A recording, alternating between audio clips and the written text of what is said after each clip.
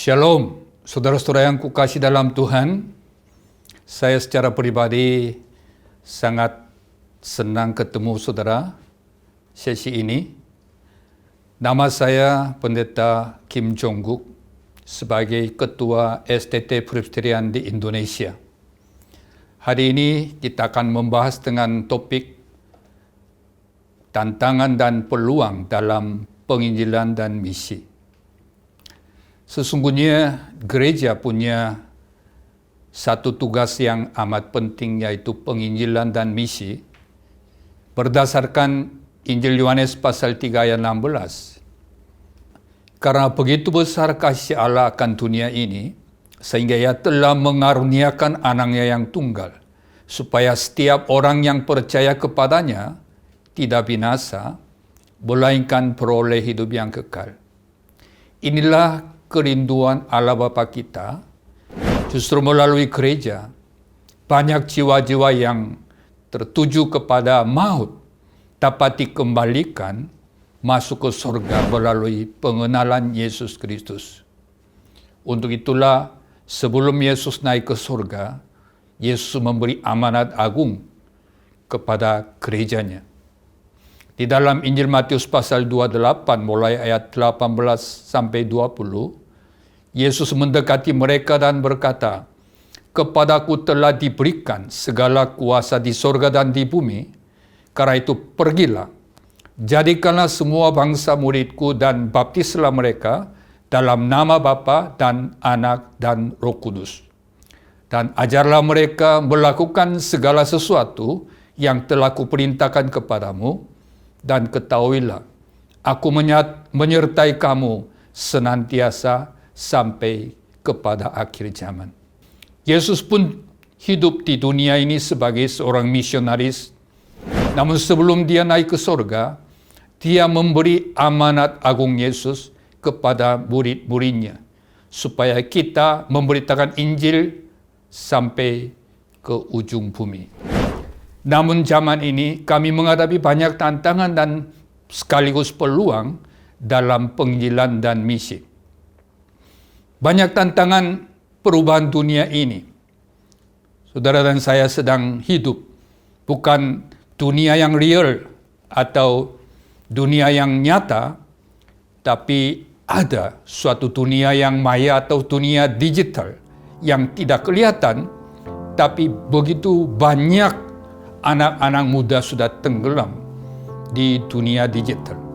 Ini salah satu perubahan yang amat besar di masyarakat dewasa ini.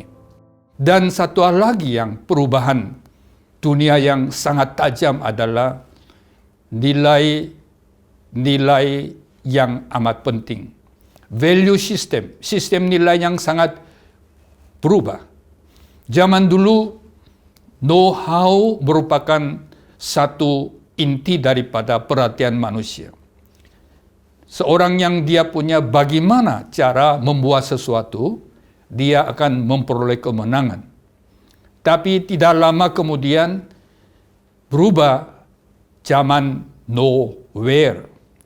Karena memulai dunia digital, segala networking memberi satu jawaban. Jadi siapa yang mempunyai jaringan atau networking yang lebih banyak, dia yang menang. Kalau kita membuka Google, segala jawaban atas pertanyaan kita yang ketemunya. Bahkan terjadi perubahan lagi dari nowhere menuju ke know why. Apa jawaban? Mengapa? Kita harus siap jawaban dengan jelas dan sederhana dapat dimengerti. Zaman know why menuntut suatu kualitas hidup kita, kualitas pengetahuan kita. Kalau orang yang tanya sesuatu kepada kita, kita harus jawab dengan sesederhana mungkin supaya mereka menerima kita. Lebih-lebih zaman ini adalah zaman know who, mengenal siapa Anda sesungguhnya. Sebenarnya know how, know where, know why lebih ke arah informasi atau pengetahuan. Tapi know who itu adalah memberi suatu targetnya manusianya. Manusia yang mempunyai suatu potensi atau kejujuran atau karakter sampai credibility. Jadi siapa yang omong itu sangat penting. Walaupun isi daripada firman Tuhan yang sama, tapi sangat memberi pengaruh siapa yang menyampaikannya. Oleh karena itu, zaman ini bukan zaman know how, know where, know why. Jawabannya adalah know who. Sehingga kita mengenal diri kita sendiri dan kita perlu meningkatkan diri kita. Baik secara jasmani maupun rohani, termasuk intelektual kita, termasuk karakter kita. Dan perubahan dunia ini, tadinya industrial society, masyarakat industri yang begitu mendatangkan berkat, tapi zaman ini adalah sudah information society, masyarakat informasi. Orang kaya raya di dunia bukan memiliki pabrik-pabrik besar, tapi justru mereka punya kantor kecil, main komputer, dan juga jual software dan segala-galanya. Zaman dulu force teknologi yang berat, tapi zaman ini lebih high-tech atau high-touch atau high voice. Kita tidak perlu repot-repot, hanya menyentuh atau bersuara aja, IT, IS, sudah mereka kerjain sendiri. Lebih-lebih zaman ini national economy berubah world economy. Apa yang terjadi Wall Street tidak lama 5 menit tampangnya kepada Indonesia.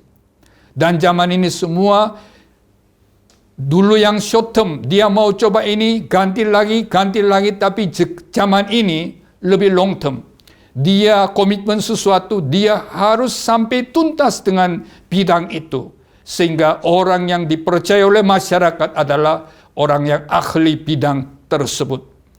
Dan juga centralization diubah menjadi desentralisasi. Semua tadinya berpusat kepada ibu kota, tapi sekarang tersebar di daerah-daerah, desentralisasi. Dan institutional help berubah menjadi self-help. Dulu segala pertanyaan kita tanya di institution.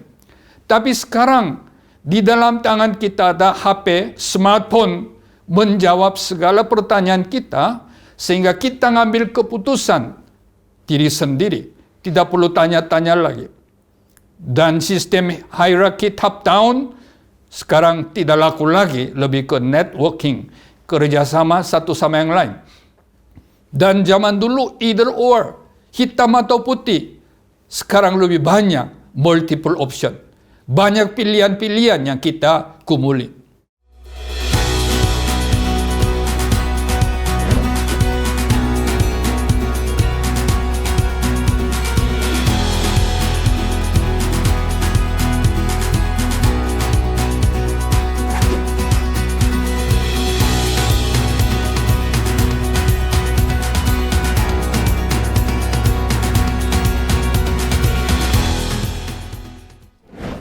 Di gereja pun, perubahan pemahaman gerejanya juga sangat tajam.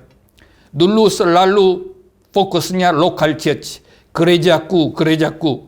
Gerejaku yang bikin tembok yang tinggi supaya jemaatnya tidak dapat melihat gereja lain. Tapi sekarang lebih world church. Gereja dunia. Gereja yang dapat kerjasama dengan sambil bergandeng tangan. Dan juga pertumbuhan satu sisi. Dulu lebih pertumbuhannya, tekanannya, kuantitas, berapa besar anggota jemaatnya. Tapi sekarang berubah pemahamannya, kebangunan secara menyeluruh. Apa gereja itu sehat? Apa gereja itu sedang bertumbuh, baik secara kualitatif maupun kuantitatif. Dan juga konsep institutional tradisi. Gereja semua berkomitmen kepada sinod dan berbagai institusional. Tapi sekarang lebih ke teologi Kingdom of God. Bagaimana kita ambil bagian dalam membangun kerajaan Allah. Dan pembagian tugas antara hamba Tuhan dan kaum awam. Dulu begitu jemaatnya lebih penonton, pendukung, yang berperan adalah hamba Tuhan. Sekarang mulai berubah. Kaum awam jadi teman kerja dalam pelayanan. Jadi membutuhkan tim pelayanan bersama antara hamba Tuhan sama kaum awam. Dan dulu kepemimpinan hanya pria saja. Tapi sekarang berubah, kepemimpinan pria bersama wanita. Dulu yang tantangan yang terbesar adalah sekularisme. Tapi sekarang lebih serius adalah pluralisme agama. Semua agama punya keselamatan. Itu membuat untuk melaksanakan amanah agung kita yang berat itu. Dan zaman ini bukan hanya pelayanan tradisional seperti gereja tradisi yang lakukan, tapi lebih pelayanan yang lebih kreatif sesuai dengan kebutuhan zamannya. Tantangan dari dalam juga ada untuk menyampaikan PI maupun misi, yaitu tantangan ketidakjelasan pemahaman mengenai gereja Alkitabiah atau gereja misioner. Fungsi gereja yang sesungguhnya itu perlu belajar. Juga tantangan kualitas hamba Tuhan dan kualitas jemaat. Tuntutan dari masyarakat untuk peranan hamba Tuhan maupun peranan umat Kristiani sangat tinggi. Mereka tahu umat Kristiani harus menjadi garam dan terang dunia. Maka mereka memiliki satu expectation atau pengharapan supaya kualitas hidup hamba Tuhan maupun umat Kristiani lebih tinggi. Dan juga ada tantangan sasaran gereja dan pelayanan gereja yang tidak jelas. Banyak anggota gereja yang ikut-ikutan di hari Minggu gereja lebih bersifat penonton daripada pekerja atau pejuang-pejuang di dalam peperangan rohani. Salah satu tantangan di dalam gereja untuk melaksanakan penginjilan maupun misi yang seperti gambar yang sebelah kiri, yaitu gereja masih menikmati gereja tradisional. Lebih berfokus kepada berbagai event atau pelayanan. Seperti secara rutin setiap minggu ada ibadah, setiap minggu ada PA, setiap minggu persekutuan. Sehingga gereja tradisi lebih berfokus kepada kegiatan-kegiatan antara satu sama yang lain. Kurang bersinergi satu sama yang lain. Tapi gereja Alkitabiah di tengah-tengah tantangan masih punya peluang karena gereja menyadari suatu panggilan yang mulia. Yaitu gereja Alkitabiah, gereja misioner, seperti kita tadi terdapat di dalam Injil Yohanes pasal 3 ayat 16. Karena begitu besar kasih Allah yang kita nikmati di dalam gereja, umat Kristiani, kepada dunia yang masih belum memiliki keselamatan. Jadi semua kegiatan, baik ibadah, PA, maupun persekutuan, melalui itu kita dapat berkat dan kita menyalurkan ke dunia, baik secara diakonia, kebutuhan jasmania, maupun kebutuhan rohani, yaitu penginjilan sampai misi sedunia. Penyebab gereja tradisi tidak berubah menjadi gereja misioner atau gereja Alkitabiah. Apa sebabnya? Gereja sibuk dengan berbagai kegiatan gereja, sehingga tidak memprioritaskan atau mendengar panggilan Tuhan untuk pelayanan misi atau pelayanan penginjilan. Kadang-kadang gereja juga sibuk menyelesaikan masalah-masalah intern atau konflik-konflik. Kadang-kadang gembala juga pusing, sibuk untuk menolong jemaat yang sedang menghadapi banyak konflik di rumah tangga jemaatnya. Dan gereja juga teratur dalam menyusun rencana-rencana, namun lambat melaksanakannya. Terlalu banyak rapat, terlalu banyak notulen, terlalu banyak perencanaan, tapi tidak melaksanakan apa yang mereka rencanakan. Dan gereja juga kaya dalam hal keuangan, gereja-gereja tertentu, namun tidak untuk pekerjaan misi. Lebih memperkayakan diri, kumpulkan sesuatu, tapi tidak menyalurkan. Dan juga gereja kecil dari sudut kuantitatif. Mereka merasa, wah, gereja kami masih perlu ditolong, bukan kita menolong. Mereka masih punya kadang-kadang sikap yang jemaatnya pengemis, minta-minta terus. Kita telah melihat gereja Antioquia, gereja yang kecil, gereja yang sederhana. Mereka tidak meminta-minta, tapi gereja selalu siap menolong, memberkati gereja yang lain. Dan gereja yang usianya terlalu tua, dalam hal tradisi, dipertahankan dengan gigih, gereja juga perlu kebangkitan intern sebelum mendengar panggilan Tuhan untuk pelayanan misi. Banyak gereja tua mempertahankan tradisi-tradisi mereka yang belum tentu sesuai dengan kebenaran firman Tuhan. Tapi ada juga gereja yang membatasi pelayanan misi menurut lokasi geografisnya. Setempat aja. Kami melayani hanya di Jakarta aja. Tapi ada juga gereja yang membatasi misi hanya di dalam suku mereka saja. Ya, suku tertentu. Dan ada gereja yang tidak tahu bagaimana bekerja sama dengan badan-badan misi. Mereka rindu terlibat dalam pelayanan misi, tapi mereka belum pernah diajari. Dan juga ada gereja yang tidak mau mendengarkan seruan para utusan Injil. Kadang-kadang utusan Injil, misionaris yang memberitakan firman Tuhan, tapi mereka hanya dengar dengan telinga, tapi setelah itu mereka lupa. Jadi kita lihat di gereja bukan hanya sebagai sebuah organisasi dengan strukturnya, tapi gereja sebagai sebuah organisme rohani yang mesti hidup dipimpin oleh Roh Kudus.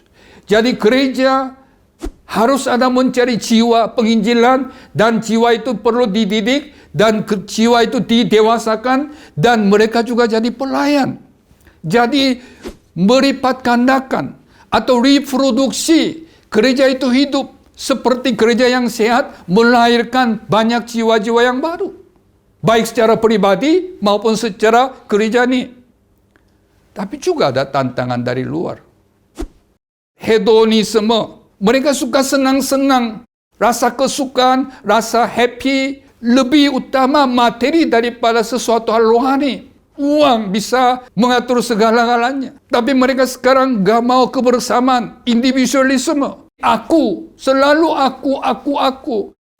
Itu terjadi di dalam gereja atau antar jemaat. Pendeta jangan mengganggu saya. Saya juga tidak mengganggu Anda. Relativisme, berarti segala-galanya relatif. Mereka tidak mau kebenaran mutlak.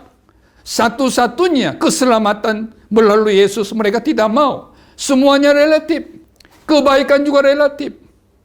Tadi kita bahas sukuisme, pluralisme, apalagi postmodernisme. Postmodernisme ini merupakan satu manusia yang seolah-olah dia bisa jadi Tuhan sendiri. Apa yang dia sadar, apa yang dia merasa yakin, itulah yang bisa segala-galanya. Kebenaran didefinisikan oleh dirinya sendiri. Inilah yang tantangan-tantangan yang kita hadapi. Tapi di tengah-tengah banyak tantangan, masih ada peluang. Yaitu peluang kepastian hidup di masa depan. Di tengah-tengah pandemik, salah satu ketakutan manusia dewasa ini adalah ketidakpastian yang apa yang terjadi di masa depan mereka. Begitu banyak orang jatuh, sakit, bahkan dipanggil Tuhan. Banyak orang Kristen juga ketakutan. Sesungguhnya kita sebagai anak-anak Tuhan yang sudah memperoleh kepastian hidup yang kekal, suatu saat kita kembali rumah Bapa kita yang selama-lamanya. Amin. Dan juga peluang mencari kepastian firman. Firman Tuhan punya kuasa. Firman Tuhan mampu mengubah kehidupan manusia. Tapi lebih kita mencari sesuatu informasi dari televisi, dari internet. Kadang-kadang itu membuat pikiran kita terpecah belah. Dan peluang mencari komunitas yang sehat. Terutama peluang mencari gereja yang sehat. Oleh karena itu saudara, kita juga diteruskan peluang oleh karena kesadaran keterbatasan manusia. Salah satu pelajaran yang kita semua terima melalui COVID-19 ini bahwa kehebatan manusia apapun tidak ada yang artinya di hadapan kekuasaan dari Tuhan. Manusia begitu membangun menara Babel abad 21. Dengan kepintaran, dengan keteknologiannya. Begitu Tuhan mengizinkan virus-virus yang begitu kecil, manusia ketakutan. Jadi sebenarnya manusia itu dibawa di hadapan Tuhan. Nothing sebenarnya. Oleh karena itu kita harus kembali kepada Yang Maha Kuasa, Sang Pencipta langit dan bumi. Dan kejenuhan, kebosanan yang muncul di tengah-tengah manusia ini. Ini kesempatan untuk memberi hidup yang kekal dan hidup yang penuh kesukacitaan melalui pengenalan Yesus Kristus.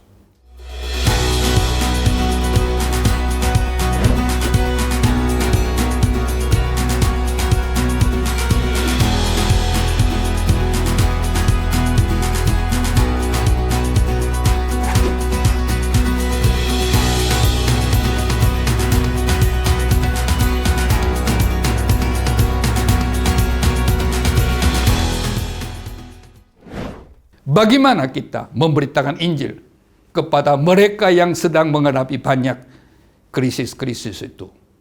Yang sangat penting adalah perlu dicek sikap kita masing-masing. Perlu belajar mengenal budaya mereka. Orang-orang yang belum mengenal Tuhan, mereka punya value sistemnya berbeda. Setiap suku punya budaya masing-masing. Kita perlu mengenal. Yesus datang dari surga ke dunia. Dia adalah Allah 100% dan manusia 100%. Tapi dia belajar budaya manusia. Dan perlu dapat juga komunikasi secara jujur atau penuh perhatian. Zaman ini, sepertinya kita sandiwara. Sulit ketemu kata-kata yang jujur. Tapi kita sebagai anak-anak Tuhan, kalau kita benar-benar mau jadi saksi Kristus, kita harus diterima oleh mereka bahwa orang itu jujur, takut akan Tuhan. Dia juga perlu perhatian, care. Manusia-manusia sedang lonely, manusia-manusia sedang berfrustrasi. Kita perlu mengambil sikap agresif untuk mendatangi kepada mereka. Dan juga berdoa sebelum menyampaikan Injil. Sebutkan nama-nama mereka, biar mereka benar-benar mendapat satu persiapan daripada Roh Kudus buat dia. Dan berdoalah terus-menerus. Karena penginjilan dan misi merupakan salah satu peperangan rohani. Senjata yang paling canggih adalah doa. Oleh karena itu saudara, kita hari ini bahas tantangan dan peluang dalam penginjilan dan misi. Kelihatannya nggak ada peluang, tapi ternyata di tengah-tengah tantangan kita terdapat peluang. Ketidakpastian, ketakutan, kebingungan, kesepian, disitulah kita menyampaikan kabar baik berasal dari Tuhan Yesus buat mereka. Mari kita berdoa bersama-sama. Tuhan, terima kasih atas kebenaran firman Tuhan hari ini. Di tengah-tengah tantangan pandemik, namun masih ada peluang dalam penginjilan dan misi. Karena manusia dewasa ini begitu banyak menghadapi tantangan dari luar maupun dalam. Itu membuat mereka gelisah, takut, khawatir, kekecewaan, keputusasaan tidak dapat dipulihkan dengan cara manusiawi. Tidak dapat dipulihkan dengan barang-barang duniawi. Satu-satunya mereka dapat dipulihkan dengan kuasa kasih-Mu, yaitu kasih agape berasal dari Engkau. Pakailah kami semua sebagai anak-anak-Mu, gereja-Mu sebagai gereja misi, gereja yang membawa jiwa-jiwa sampai mereka mengenal, menjadi murid, bahkan mereka menjadi pelayan-pelayan untuk melakukan amanat agung Yesus Kristus yang kami terima semua. Terpujilah nama-Mu Tuhan. Kiranya semua anak-anak Tuhan yang mendengar ceramah ini bukan hanya menyimpan hati kami, tapi melakukan dengan pertolongan Roh Kudus, sehingga nama Tuhan dipermuliakan. Hanya di dalam nama Tuhan Yesus kami berdoa. dan mengucap syukur. Amin.